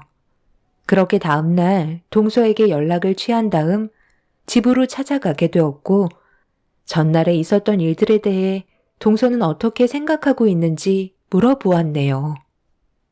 성격이 너무 안 맞아요. 그래서 이혼 결정했어요. 그게 잘못된 건 아니잖아요? 계속 이런 식으로 버텨봤자 결국 끝은 더 안 좋아질 게 뻔한데 괜히 시간 끌면서 가정을 붙잡을 필요는 없는 거잖아요. 그래서 하루빨리 각자의 인생을 살아가는 게 좋을 것 같아요. 저도 정말 이혼까지는 생각 안 하려 했는데 같이 살아가기에는 너무 의견 차이가 심해요. 어제 서방님이랑 대화를 많이 나눴었지만 둘이 이혼을 하면 조카는 동서가 키우기로 했었다며. 그런데 서방님이랑 제일 많이 다투는 문제가 동서가 조카를 방치해서 문제가 생기는 거라는데 이 말이 확실히 맞는 거야? 제가 집에서 할 일이 얼마나 많은데요. 이건 형님도 집안일 해보셔서 아시잖아요? 그러다 보니 소홀할 수도 있는 거고 저 또한 볼일을 봐야 하니까 많은 것들을 신경 쓰기에는 한계가 있는 건데 그게 그렇게 잘못된 건 아니잖아요? 그리고 은혁이 제가 10달 배 아파 낳은 자식이에요. 그이랑 느끼는 모성애는 하늘과 땅 차이라고요. 그래서 은혁이는 제가 데려갈 거예요. 동서가 집안일을 지금 잘한다고 생각해? 하루의 일과가 어떻게 되는지 모르겠지만 내가 현관문 열고 들어왔을 때부터 눈에 들어온 것들만 봐도 이게 사람 사는 집인지 의심이 될 정도야. 이런 집안 환경에서 아이를 키운다는 게 문제가 되는 거라고. 서방님이 왜 그런 말을 하는지 어느 정도는 알 수 있을 것 같은데?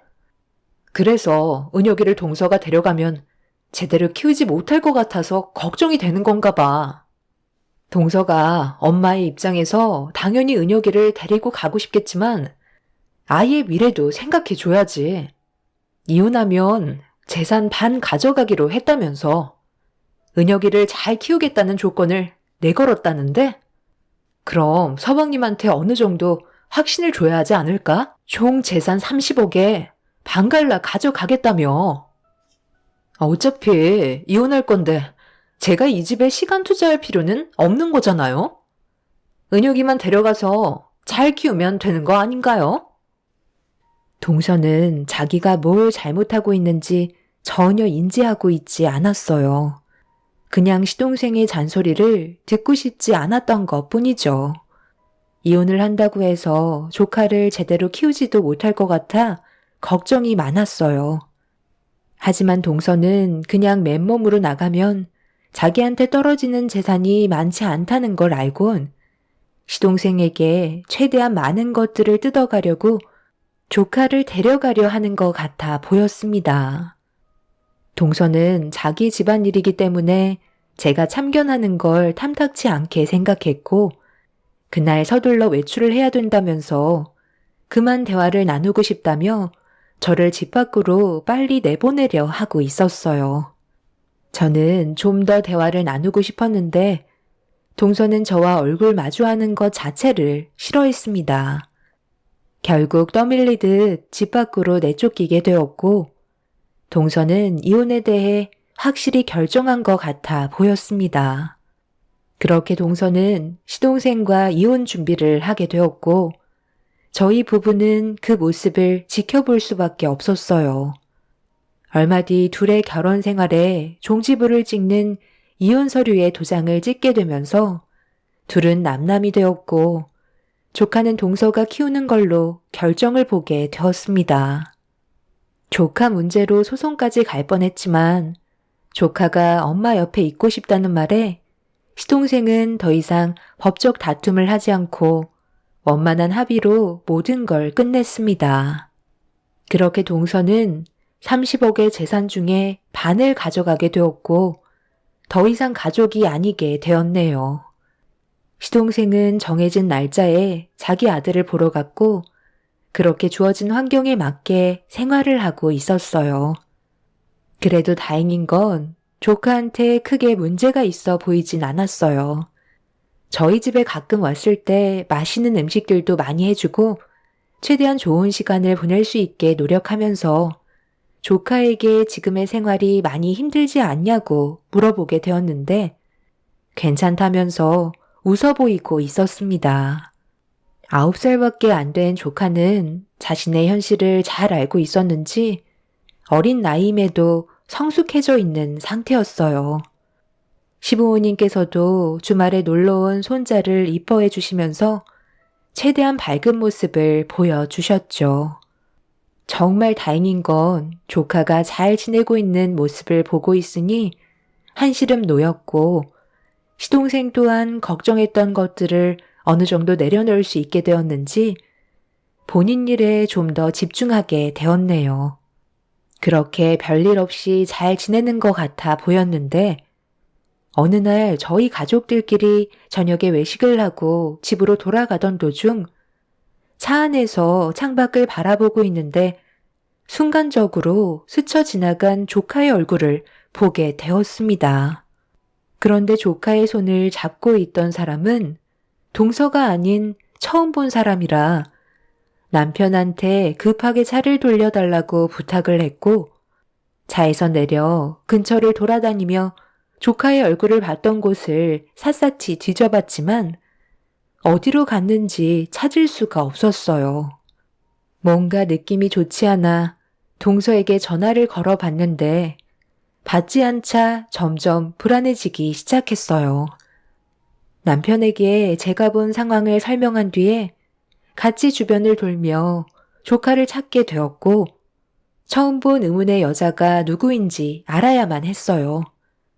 그렇게 한참 동안 조카가 사라진 근처를 돌아다녔지만 아무것도 얻지 못한 저와 남편은 결국 다시 차로 돌아가려는데 동서에게 전화가 왔네요. 아, 진짜 바빠 죽겠는데. 왜 이렇게 전화를 하시는 거예요? 제가 그렇게 한가해 보이세요? 저희 이제 남남인데 계속 귀찮게 하실 거예요? 은혁 엄마, 지금 어디야? 은혁이 좀 바꿔봐. 왜 아무 말도 못해? 내가 방금 뭘 봤는지 알아? 어떤 여자가 은혁이를 데리고 가던데? 아, 제가 오늘 중요한 약속이 있어서 잠깐 돌봐줄 수 있는 사람 구해서 맡긴 거예요. 그게 잘못된 건 아니잖아요? 더 할 말 있으세요? 왜 이렇게 남의 일에 간섭을 하시는 거예요? 그렇잖아도 신경 쓸 게 얼마나 많은데 계속 이런 식으로 참견하실 거예요? 은혁 엄마가 그동안 했던 행동들이 나를 믿지 못하게 했으니까 그래서 뭐든 확실하게 넘어가고 싶은 것뿐이야.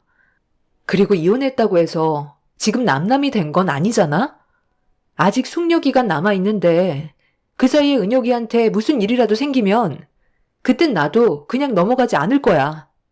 뭐가 그렇게 중요한 일인지는 모르겠지만 자기 자식보다 중요한 일은 없는 거라고. 나는 남의 손에 자기 자식을 맡기는 건 잘못됐다고 생각해. 다음에는 이런 일이 없었으면 좋겠어. 사정이 있으면 은혁이가 불안하지 않게 서방님한테 맡기던가 나한테 연락을 줘야 하는 거 아니야? 내가 봤을 때 은혁이의 의견은 전혀 듣지 않고 은혁 엄마가 혼자 결정한 거지? 동서가 돈 때문에 은혁이 발목을 잡았다는 걸 내가 모르는 거 아니지만 15억의 돈을 받았으면 그만큼 책임감을 가지고 은혁이를 돌봐줬으면 좋겠어. 동서가 지금 이제 자유라고 착각하고 있는 것 같은데 은혁이의 엄마라는 건 평생 변하지 않는 거라고. 은혁이 아직 9살이야. 부모의 손길이 충분히 필요한 나이라고. 그러니 책임감을 가지고 행동해줬으면 좋겠어. 이건 은혁 엄마를 위해서 하는 말이 아니야. 내 조카를 위해서라고. 동서는 제 말이 듣고 싶지 않다며 말을 하고 있는 도중에 전화를 끊어버렸고 저희 부부는 그렇게 집으로 돌아올 수밖에 없었어요. 남편은 이런 사실을 시동생에게 알린 뒤 조카를 데리고 오는 게 좋을 것 같다는 의견을 내세웠고 저 또한 그 말에 찬성을 하고 있었습니다. 하지만 동서는 절대로 시동생의 의견을 받아주지 않았어요. 자기가 가지고 간 재산을 토해내게 될까봐 무조건 싫다는 말을 꺼내고 있었죠. 시부모님께서도 걱정을 많이 하고 계셨는지 주말에 놀러온 조카를 저녁 시간이 되면 동서에게 보내야 하는데 문을 열어주지 않고 계셨습니다. 동서는 화가 많이 났는지 난리를 치다가 저에게 이런 상황을 전부 다 알려줬고 남편과 저는 급하게 시댁으로 향하게 되었습니다. 저희가 시댁에 도착하고 나서야 시모는 현관문을 열어주셨네요. 지금 뭐 하시는 거예요? 시간 됐으니까 제가 데려가겠다는데 문을 안 열어주시면 어쩌자는 거예요? 은혁아, 엄마 왔어. 빨리 가자. 은혁이 지금 자고 있다. 그래서 좀 기다려 달라는 건데 그거 못 기다려서 이렇게까지 난리를 쳐야 되는 거야? 제가 제 자식 데려가겠다는 건데 어머님이 뭔데 이래라 저래라 하시는 거예요? 잠은 저희 집에 가서 자면 되는 거 아닌가요? 왜 은혁 엄마만 생각하는 거야? 지금 누가 제일 힘들겠어? 말은 안 하지만 은혁이가 정신적인 고통을 제일 많이 받고 있다고. 그런데 동서는 은혁이를 조금도 생각하지 않고 혼자만 편애하려고 하잖아. 어머님 집이 편하니까 잠이 든 것 같은데 그런 모습이 불쌍해 보이진 않아? 동서는 하루가 다르게 엄청 잘 지내고 있는 것 같은데 은혁이는 점점 말라가고 있는 것 같네. 제대로 돌보는 건 맞는 거야? 내가 봤을 때 서방님이랑 결혼 생활할 때보다 더 못 돌봐주고 있는 것 같은데? 이혼을 했으니까 저도 먹고 살아야 되는 거잖아요. 그러다 보면 아이한테 좀 소홀해질 수 있는 거지. 어떻게 맨날 옆에 끼고 살아요? 15억이면 솔직히 푼돈이잖아요. 그 돈으로 걱정 안 하면서 살 수 없으니까 사업을 하던 뭘 해서라도 돈을 불려야 하는데 저도 지금 얼마나 힘든 생활을 하고 있는지 아세요? 남편 잘못 만나서 내 인생 다 망쳤는데 지금 누구한테 뭐라고 하는 거예요? 은혁이 아빠는 정해진 날짜에 보면 되는 거라 편하겠지만 저는 매일 붙어 있는다고요. 동서는 시부모님 방에서 자고 있는 조카를 깨웠고 무작정 데리고 집으로 돌아가 버렸습니다.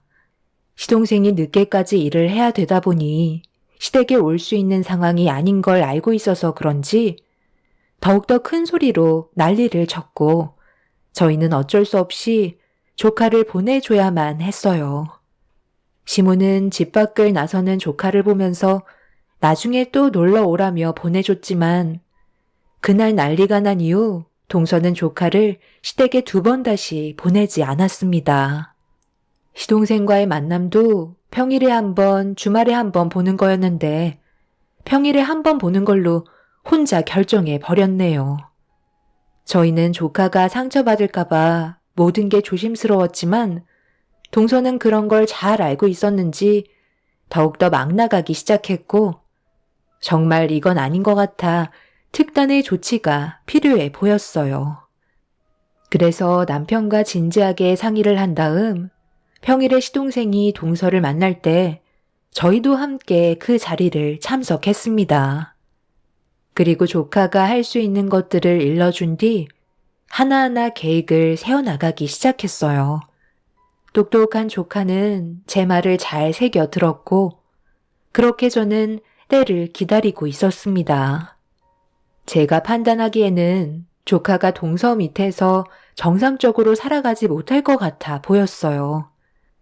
교육도 제대로 이루어지지 않았고, 동서는 자기 꾸미기에도 시간이 모자랄 정도로 많이 바쁜 생활을 보내고 있었습니다. 그래서 저는 바쁜 시동생을 대신해 제가 도와줄 수 있는 것들을 하나하나 처리해 나갔어요. 그렇게 조카와 제가 여러 가지 계획을 세우면서 지내던 어느 날, 모르는 전화 한 통을 받게 되었는데 너무 충격적인 일이라 급하게 전화가 온 장소로 출발하게 되었고, 목적지에 도착한 순간 저는 입을 다물지 못했습니다. 어느 한 여성분께서 조카의 손을 잡고 있었는데 어떻게 된 건지 거지꼴이 된 상태로 방치가 되어 있었습니다. 저는 어떻게 된 건지 상황을 여쭤보니 여성분은 다름 아닌 조카를 가끔 돌봐줬던 보모였습니다. 보모는 주변을 살피더니 조용한 곳에서 대화를 주고받고 싶다며 장소를 옮기길 원했고, 저는 급하게 조카와 보모를 차에 태운 뒤에 다른 곳으로 장소를 옮기게 되었어요. 보모는 심각한 얼굴을 하더니 핸드폰을 꺼내 영상 하나를 보여주더라고요. 남의 가정사에 참견하는 게 상당히 껄끄러운 문제이긴 하지만 방치되어 있는 조카가 앞으로 걱정이 돼서 더 이상은 지켜만 볼 수 없다며 재생 버튼을 누르는 순간 저는 그 영상을 보곤 입을 다물지 못했고, 영상에서 보이는 동서와 의문의 남자의 대화에 화가 머리끝까지 치밀어 올랐네요. 다른 지역으로 이사를 하는 게 좋을 것 같아. 계속해서 내 삶에 참견하는 그 집안 사람들과 더 이상 마주치기 싫다고. 그럼 더 의심만 사게 된다는 거 몰라? 은혁이를 우리가 옆에 끼고 있어야 당신이 받은 15억이 온전하게 있는 거라고. 그렇지 않으면 그 돈의 일부는 결국 그놈이 다시 가져가는 거잖아. 내가 오죽 걱정이 되면 여기까지 찾아왔겠어? 얼굴을 안 보여준다면 이 문제를 걸고 넘어질 게 뻔하고, 결국 소송까지 가게 되면 당신이 은혁이를 맞는 데 있어서 부족하다는 판결이 날 수도 있다고. 그건 내가 걱정하지 말라고 했잖아. 은혁이한테 확실하게 얘기했다니까. 제가 똑똑한 애라서 내 말은 확실하게 알아듣는다고. 쓸데없는 말 하지 말고 무조건 엄마가 잘 챙겨준다는 말만 하라고 했어. 내가 시키지 않는 대로 행동하면 2번 다시 아빠 얼굴 못 본다고 했다니까. 자기도 그건 싫은지 아무 말도 하지 않아. 지금까지 잘하고 있잖아. 나는 오히려 양육하는데 그 집안 사람들이 애한테 혼란만 주려고 하는 것 같다며 반대로 소송하면 된다고. 나한테 함부로 할 수가 없어. 그러니까 당신 사업이나 신경 써. 앞으로 키워야 될 자식이 하나가 아니라 둘인 거 알지? 정말 다행인 건 임신 사실을 그 집안에서 알지 못한 상황에 이혼을 했다는 거야. 만약에 당신이랑 몰래 만나다가 임신까지 했다는 걸 들키기라도 했어봐. 그럼 15억 우리 손에 넘어오지도 않았다고. 아직 숙려 기간이니까 이 기간 안에만 최대한 조심하면 돼. 요즘에 배가 조금씩 불러오는 것 같아서 은혁 아빠 만나는 것도 얼마나 신경 쓰이는데. 그래서 다른 지역으로 이사하는 게 좋을 것 같다고 얘기하는 거야. 일단 출산부터 해야 혼인 기간 중에 임신했다는 걸 확실하게 숨길 수 있잖아. 그렇긴 한데 10달 동안 어떻게 자식 얼굴을 안 보여줄 수 있냐는 거야. 한번 의심이 시작되면 끝이 없게 되는 거라고. 그건 걱정하지 마. 방 안에서 은혁이 재우고 있는 보모 있잖아? 저분이 대신 은혁이를 데려가면 되니까 그건 큰 문제가 안 돼.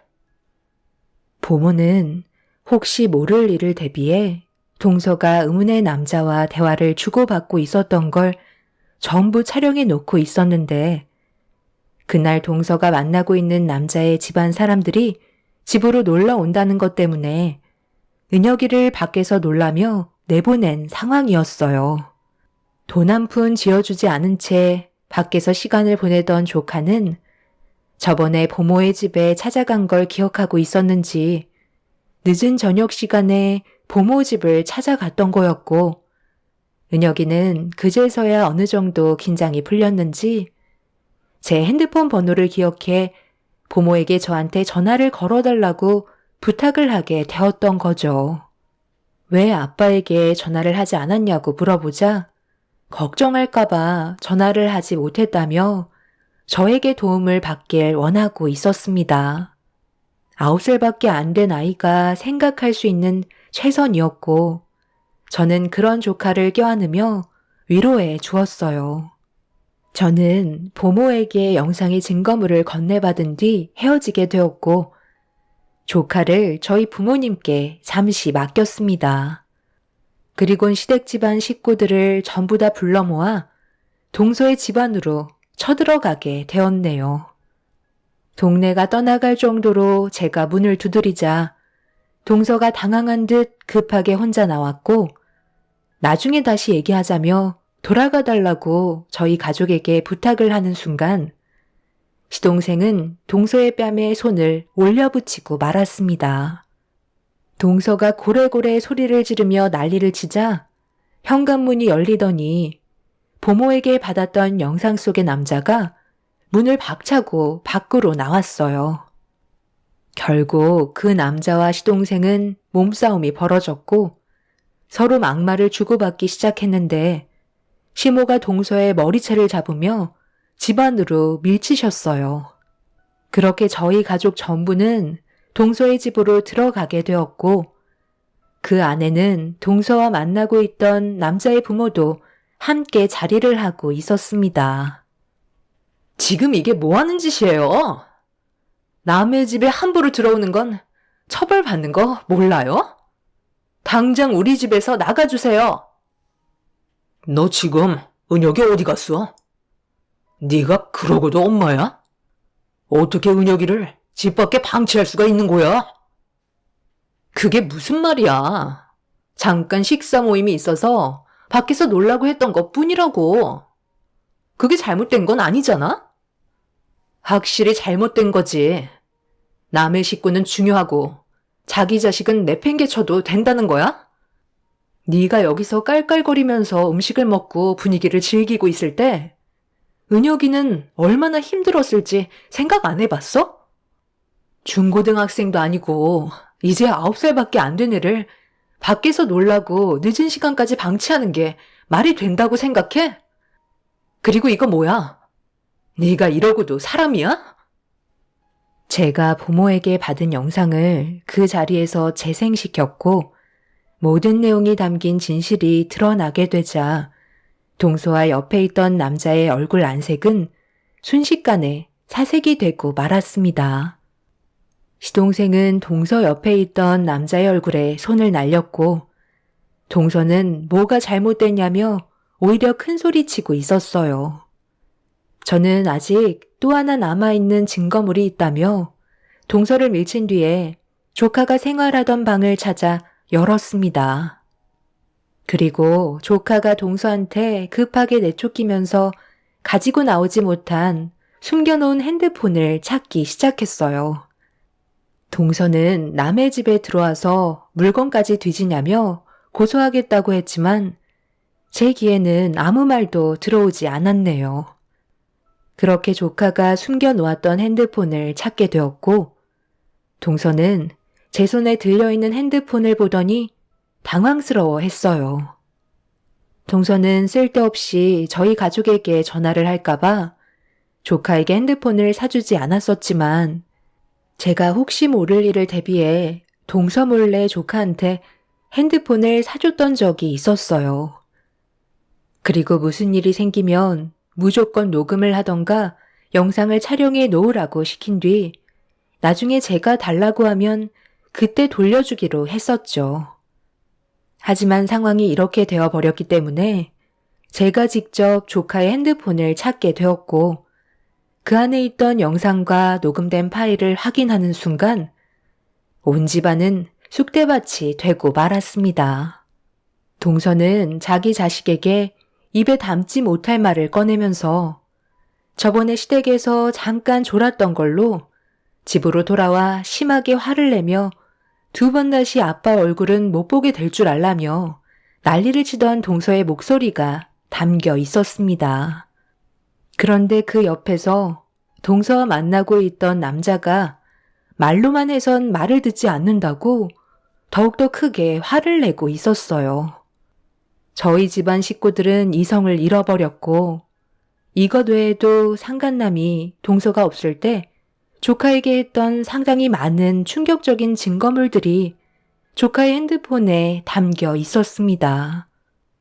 결국 그날의 사건 이후로 소송을 진행하게 되면서 동서가 자기 자식을 이용해 받았던 15억의 일부를 되돌려 받을 수 있었습니다. 그리고 오히려 혼인 기간 중에 다른 남자를 만나 임신을 했다는 사실로 시동생은 역고소를 통해 동서와 상간남에게까지 위자료를 받을 수 있었네요. 재판에서는 동서는 엄마의 자격이 없다며 접근 금지 처분을 허용해 주었고 그렇게 모든 사건이 마무리가 되었습니다. 시동생은 저에게 많은 걸 도와줘서 정말 고맙다며 동서에게 받았던 일부 금액을 포함해 10억을 저에게 넘겨주었어요.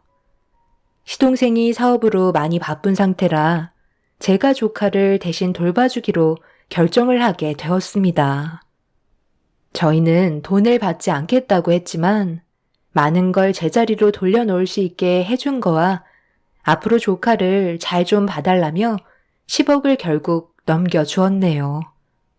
조카는 제 곁에서 떨어지지 않을 정도로 껌딱지가 되었어요. 그리고 사업을 하는 시동생은 모든 게 안정적으로 되어가자 잘 풀리지 않았던 사업이 불경기인데도 잘 되고 있는 중입니다.